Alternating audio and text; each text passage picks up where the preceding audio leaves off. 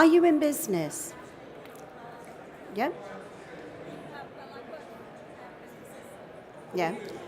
Most people who start a business do it on their own. But what happens when you get other people involved in your process? All those wonderful creatives and the people who are doing what you pay them to do are not your employees anymore, are they? More often than not, they are self-employed. People you pay on the spot market. But are they really?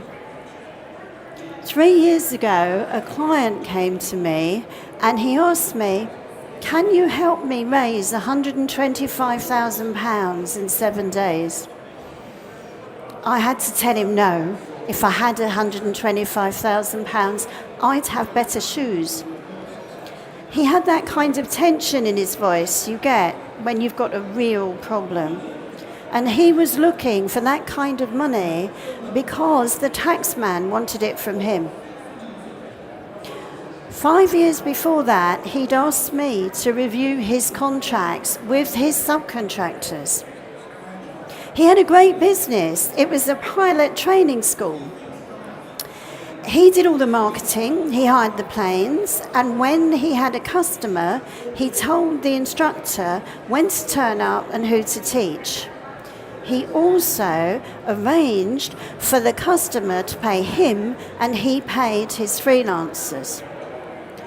I had a look at his contracts and I said to him, we've got a little problem here, darling. In England, people's status as employee or self-employed is defined by how you work with them. Otherwise, there'd be no such thing as employment law, would there? Because we'd all go, you're self-employed. The taxman looks at what you actually do. So I gave him a little report and I told him what he needed to do. And he went away.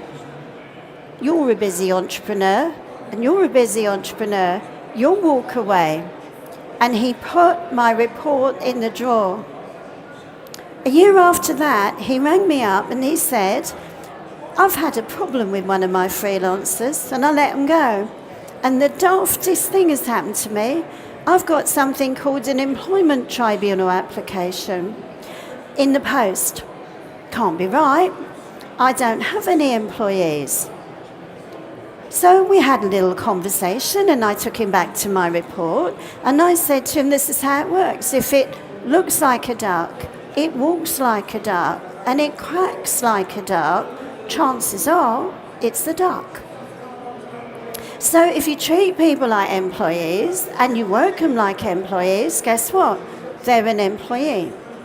But even if they're not, do you know that people you contract personally with to provide services are workers as far as the EU is concerned? We think self-employed, employed, but there's a group of people in the middle called workers, and they have a full set of discrimination rights amongst many other things. So my guy said, this is stupid, I don't have any employees, and submitted his own tribunal defence saying, I have no staff. 3 months later, he got the decision. You've guessed it, haven't you? First of all, they found that he discriminated against this contractor for reasons I'll tell you about later, but also they decided this woman was really an employee. He was relatively lucky because she was part-time and she didn't earn a lot, so that cost him £2,500. Have you got that sort of money in the bank to pay out today if that happens to you? He wasn't happy. He had to go home and tell his wife, you know that dream holiday we were going to have after all the work we've done? It's gone. But he thought, I can live with that. I'm an entrepreneur. I can suck it up. I can work harder. I can make this right. Wouldn't you think that? 6 weeks after that, the revenue came to him and they said, we want back pay as you earn and interest on the money you didn't pay on that woman. and on all 13 of your self-employed people who are on the same contract. So now my guy is looking for 125 grand at a week's notice. Could you raise that sort of money? We think as entrepreneurs we're in the new business model, and we've sidestepped HR compliance because it's boring and it pins us down, and we live in a freelance world and it's all fine like the Wild West, but it's not really what you think it is. Part of that reason is that we suffer from the entrepreneur's myth. When have you been to a conference and some big name entrepreneur has said to you, I did it my way. When they told me it couldn't be done, I couldn't be stopped. You know that guy, and it's always that guy, isn't it? You will never hear from the 10,000 people who failed to follow sensible advice who went bankrupt because they can't afford to get into the conference and they're not going to be asked to speak. I believe in a positive attitude, but it's like saying gravity doesn't exist, so I'm going to jump out the window. There are attitudes and there are realities. The world we live in is a freelance world, isn't it? Where are these people? Nobody knows, right? They could be your team, couldn't they? Where are they working? As it happens, this is the team of entrepreneurs sitting in a cafe in Johannesburg. How many people do you think are in this meeting? Well, you can count the people, but actually there's twice that number of people because the rest are virtually there. This is the world we live in. No compliance, no rules, no regulations. Or is it? If you're building a business where you offer customer service 24 hours a day, 7 days a week, is it wise to have all the people who service your customers on freelance contracts?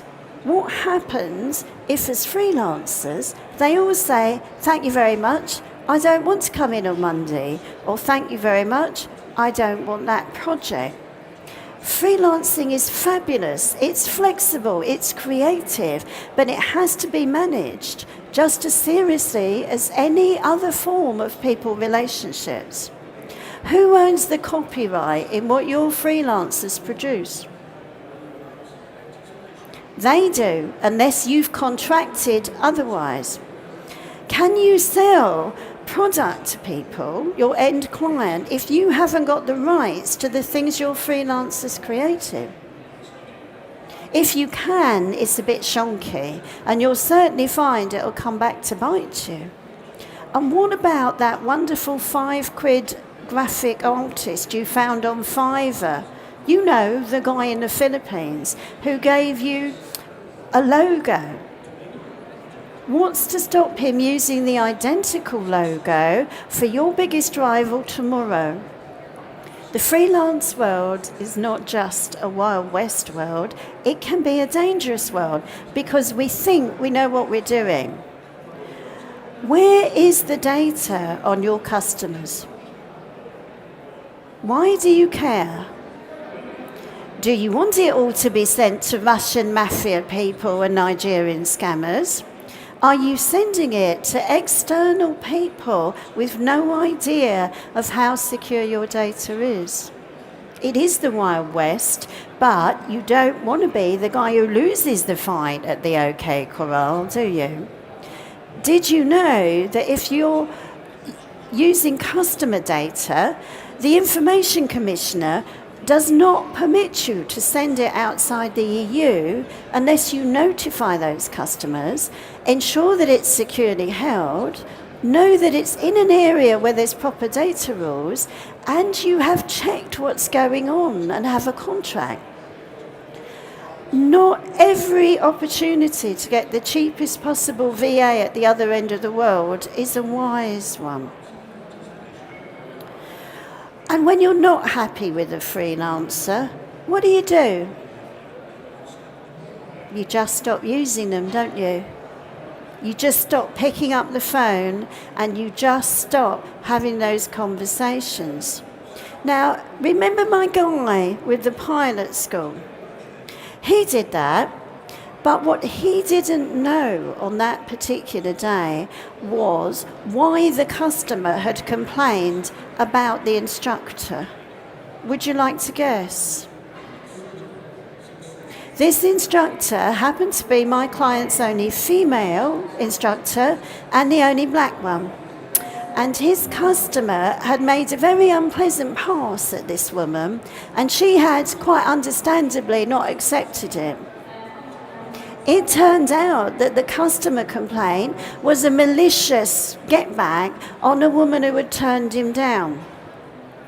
If my client had had a way of having a conversation about what was going wrong, he wouldn't have stopped ringing that woman and booking her. Now, if someone is not booked because they won't sleep with your customers, we call that sex discrimination in this country. If someone is not booked because they're the only person of a particular colour and you won't use them, we call that race discrimination in this country. And all those rights apply to workers. So how do you give yourself the flexibility that you need without walking into this Wild West world? I think you need real agreements with the people that you pay. What do I mean by real? I've got a simple acronym for you. It has to be realistic.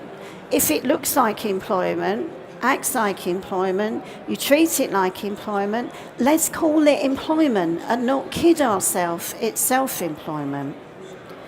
Are you realistic about what you want your people to do?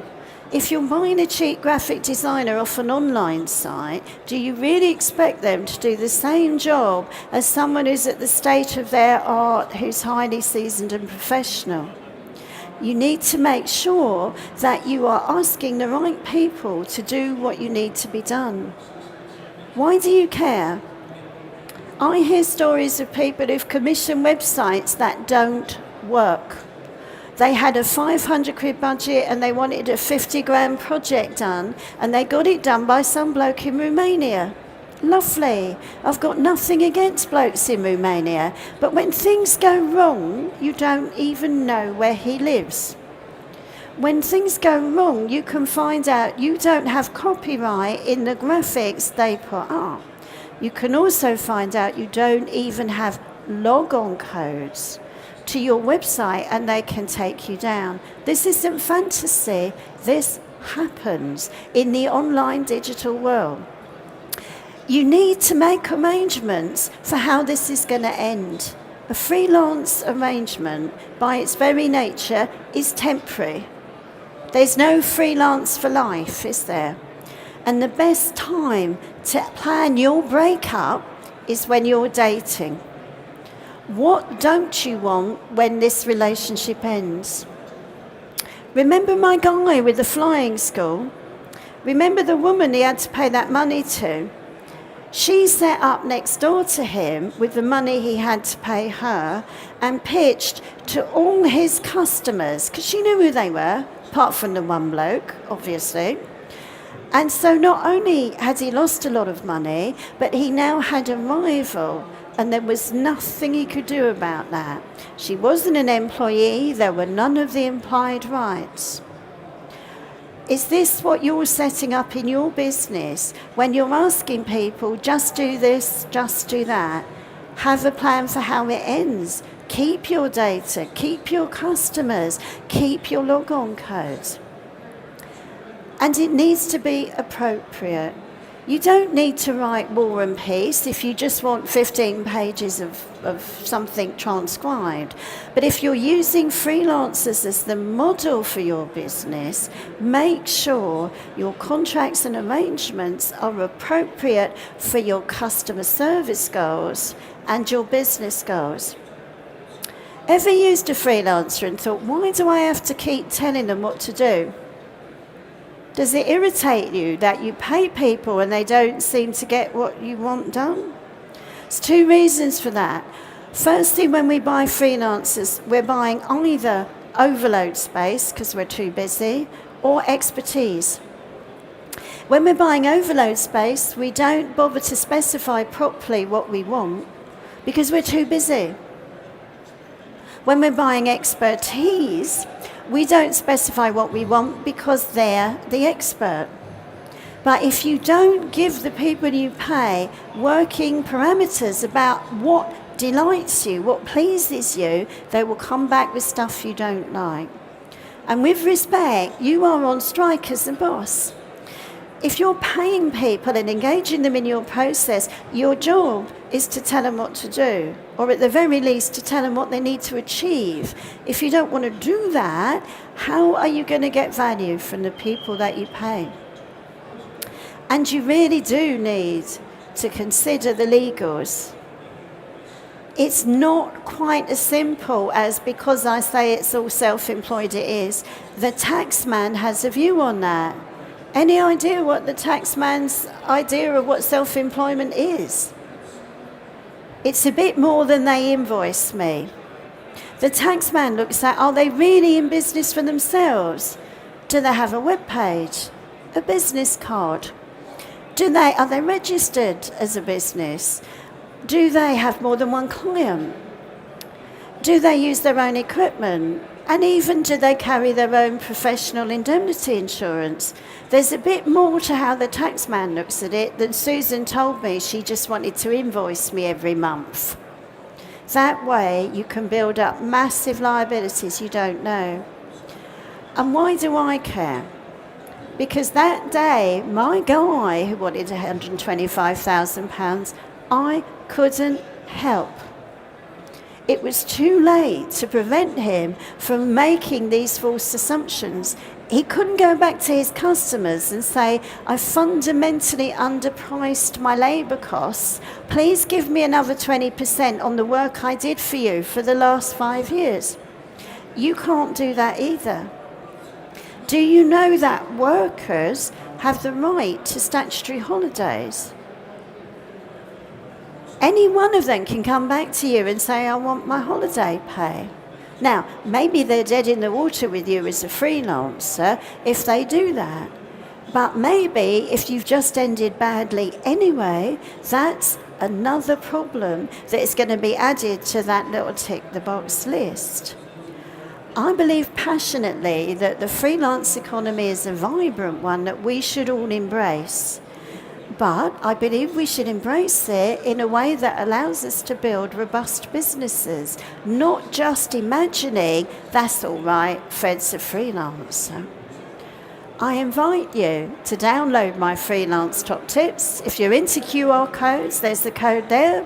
If you prefer, you can text this number, 07786 2000236, and add your email address to that text. The heading of the text should be freelance, and you will get some top tips on how to manage the freelancers you pay. Do yourself a favour and get the advice I charge the pilot £500 for free, and do what he didn't have the sense to do. Please don't ignore it. Now, we haven't got a massive audience, but if you want to ask me questions, I'm more than happy to talk it through. Is that big enough for you?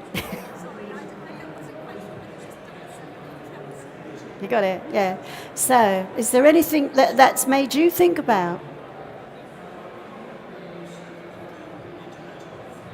You're a long way away.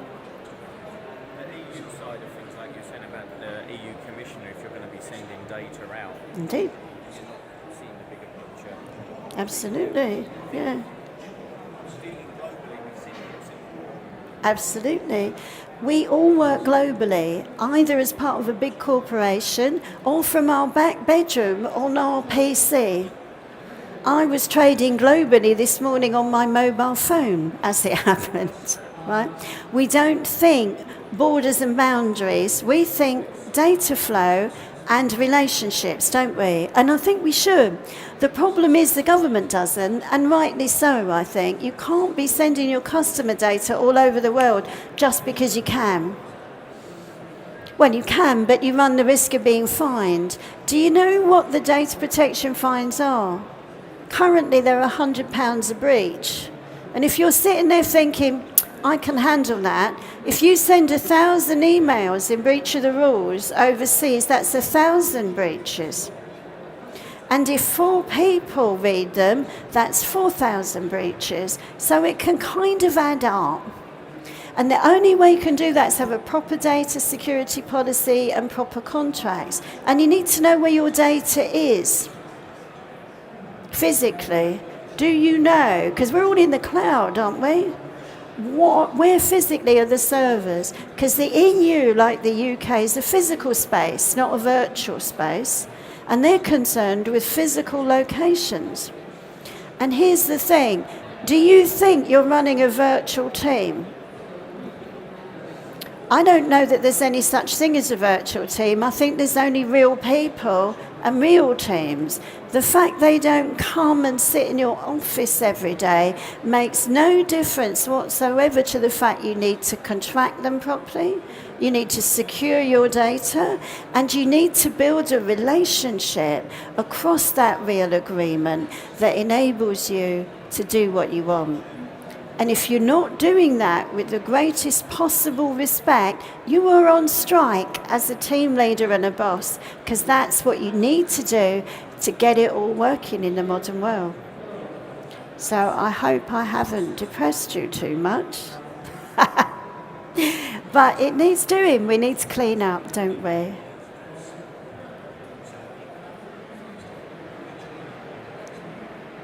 So I'm happy to end this talk if you're happy, or to take questions if you think I'm now depressed. Whatever works for you, talk to me in the real world and let's get it sorted out. Okay? Where's my guy? They've all gone.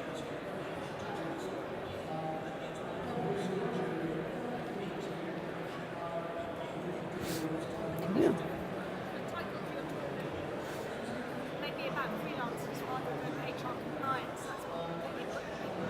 Could be, yeah. I'm not a marketing god. I was just thinking, because Yeah. it's relevant. It's really relevant, but it's probably, they might just have seen that and think, Yeah. That's it. So I don't know whether to do that bit again or what.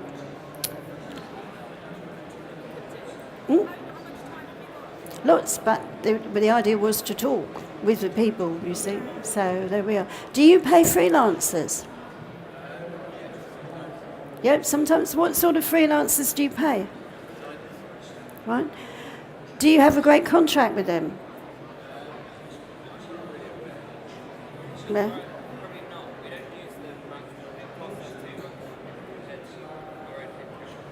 Yeah. So you've got a mixtured model of HR, you've got people you pay, and freelancers as a kind of and another thing. You use them as the top-up. Yeah. Are you aware of the fact that when you employ people, the copyright in what they produce automatically belongs to you, but when you use freelancers, the opposite is true? So unless you contract with your freelancers to own the copyright, you don't. Right?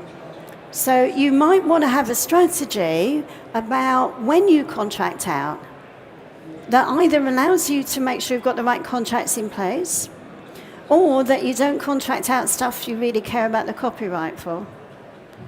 You may also want, what line of business are you in? B2B marketing. Do you use people who are not on your payroll who access your databases, VAs, marketeers, stuff like that? No. Where physically are your servers? I don't want an actual address with a postcode. On site, yeah. So you do know you're not going to be moving that data outside the EU anytime soon? Yeah.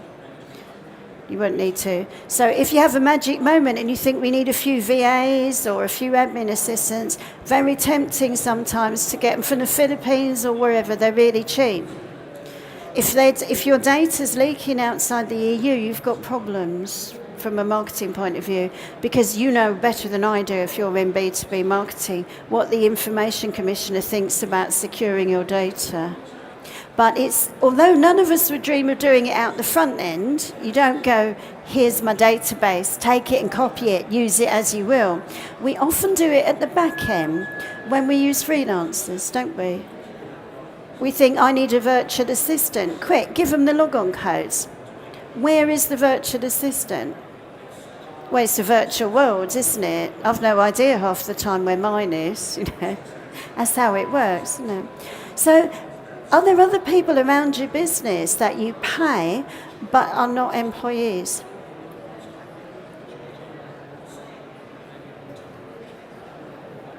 Your bookkeeper?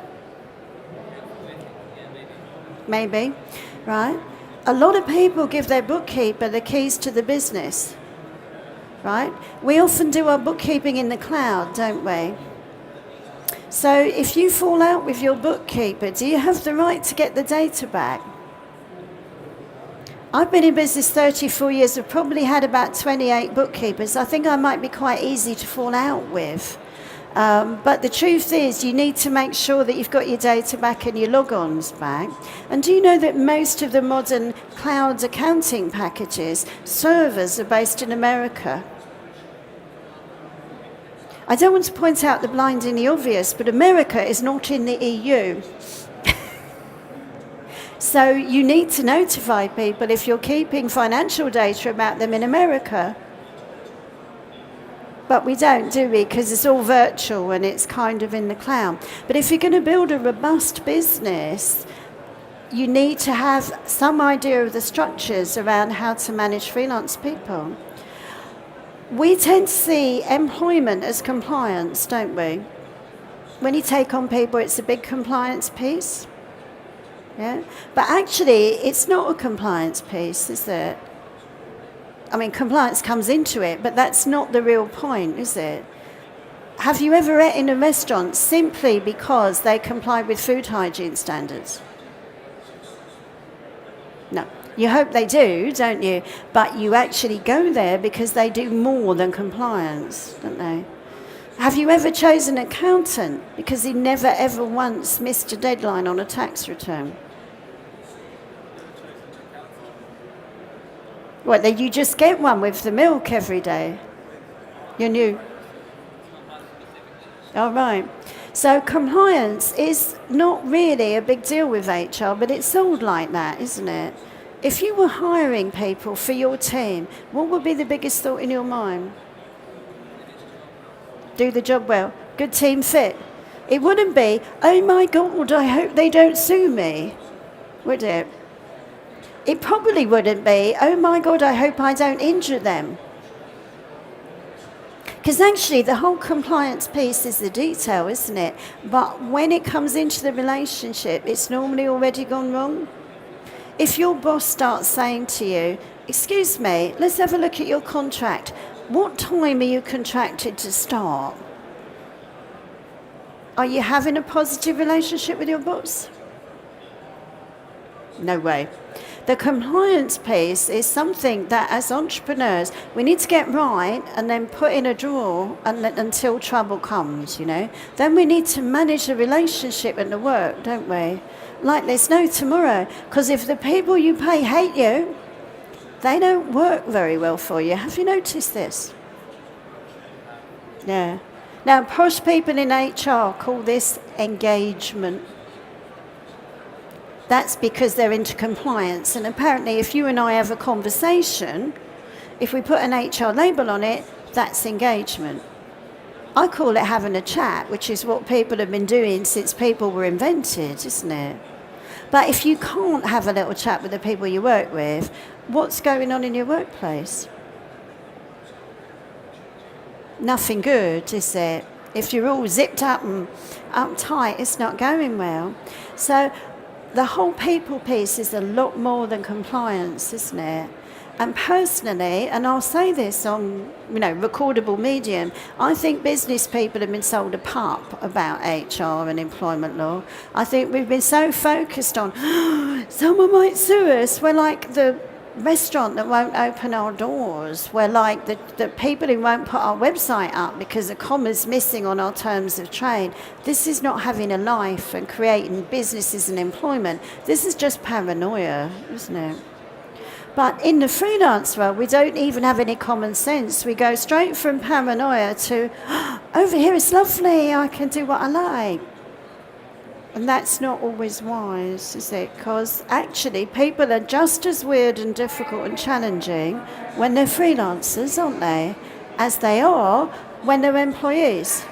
The only thing that changes, oddly enough, is the boss has more default legal rights than the client.